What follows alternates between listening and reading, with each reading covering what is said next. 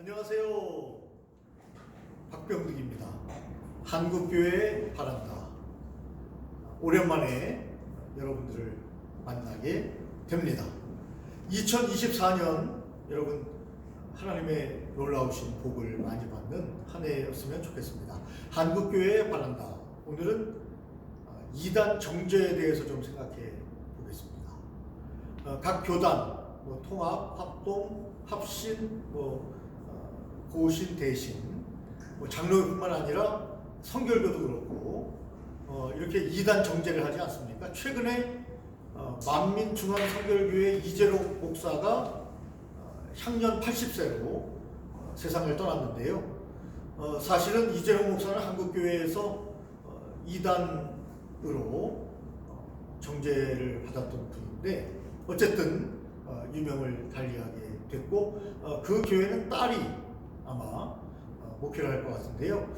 어쨌든 만민중앙성결교회도 이재록 목사가 이제 돌아가셨으니 세상을 떠났으니 좀 더 한국교회에 환영을 받는 그런 정통적인 교회로 나아갔으면 좋겠다 하는 생각을 가져봅니다. 이단 문제 이야기하고 있습니다. 각 교단에서 이단으로 정죄를 받으면 이재록 목사도 그랬지만 교단을 바꿔요. 타교단으로 가든지 군소교단, 작은 교단으로 가든지 자기가 교단을 만들든지 이렇게 해서 사실 이재록 목사도 성결교회에서 예성 쪽이죠. 목회를 했었는데 교리라든지 여러 가지 신앙적인 부분에 있어서 문제가 생기니까 이단 정죄를 받았어요. 그리고 나니까 어떻게 됐죠? 자기 교단을 만들어 버리는 거예요. 이런 식으로 혹은 교단을 만들지 않더라도 군소교단으로 다른 교단으로 옮기면 또 환영해요. 받아줘요. 특히 또 규모가 큰 이단들은. 이러니까 이게 이단 정죄에 대한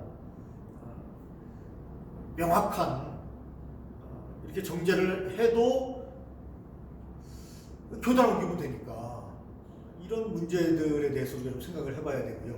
사실은 이미 세상을 오래전에 떠났죠. 몇 년 전에 떠났던 김기동 목사 성락교회죠. 거기도 마찬가지 아닙니까? 원래 침례교, 원래 침신대를 나왔습니다. 그 침례교를 나와가지고 잘 아시는 것처럼 어떻게 됐습니까? 네. 이단 정죄를 받으니까 자기가 교단을 만들어 버렸어요. 이런 문제가 한국교회에 좀 발생할 수 있는데 이렇게 이단 정죄를 하고 나서 이단 정죄를 하면 교단을 바꾸거나 혹은 교단을 만들거나 이런 부분에 대해서까지 한국교회가 좀 더 철저하게 검증을 하고 철저하게 관리하는.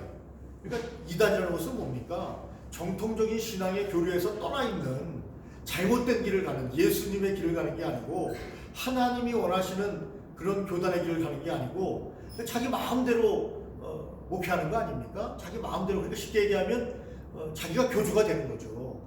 그래서 교단에서 물론 잘못된 이단들의 정죄를 해야 합니다.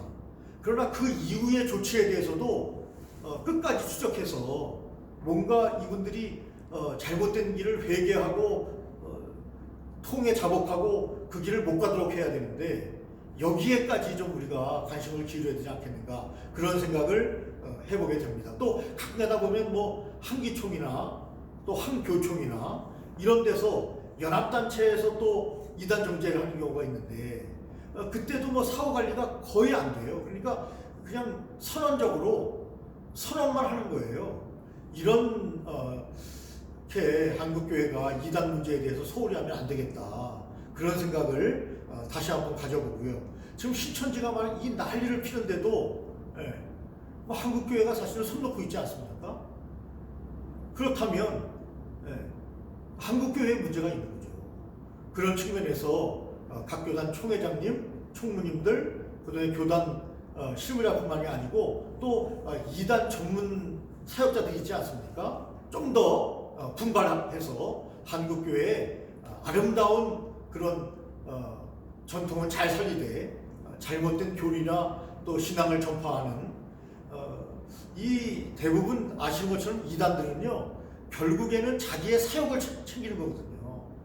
이런 잘못된 기독교는 뭡니까? 사랑이고 박애고 자비고 나눔이고 섬김이고 함께함인데, 하나님의 나라를 만들어야 되는데 하나님의 나라를 파괴하는 사람들을 우리가 용납할 수는 없는 겁니다.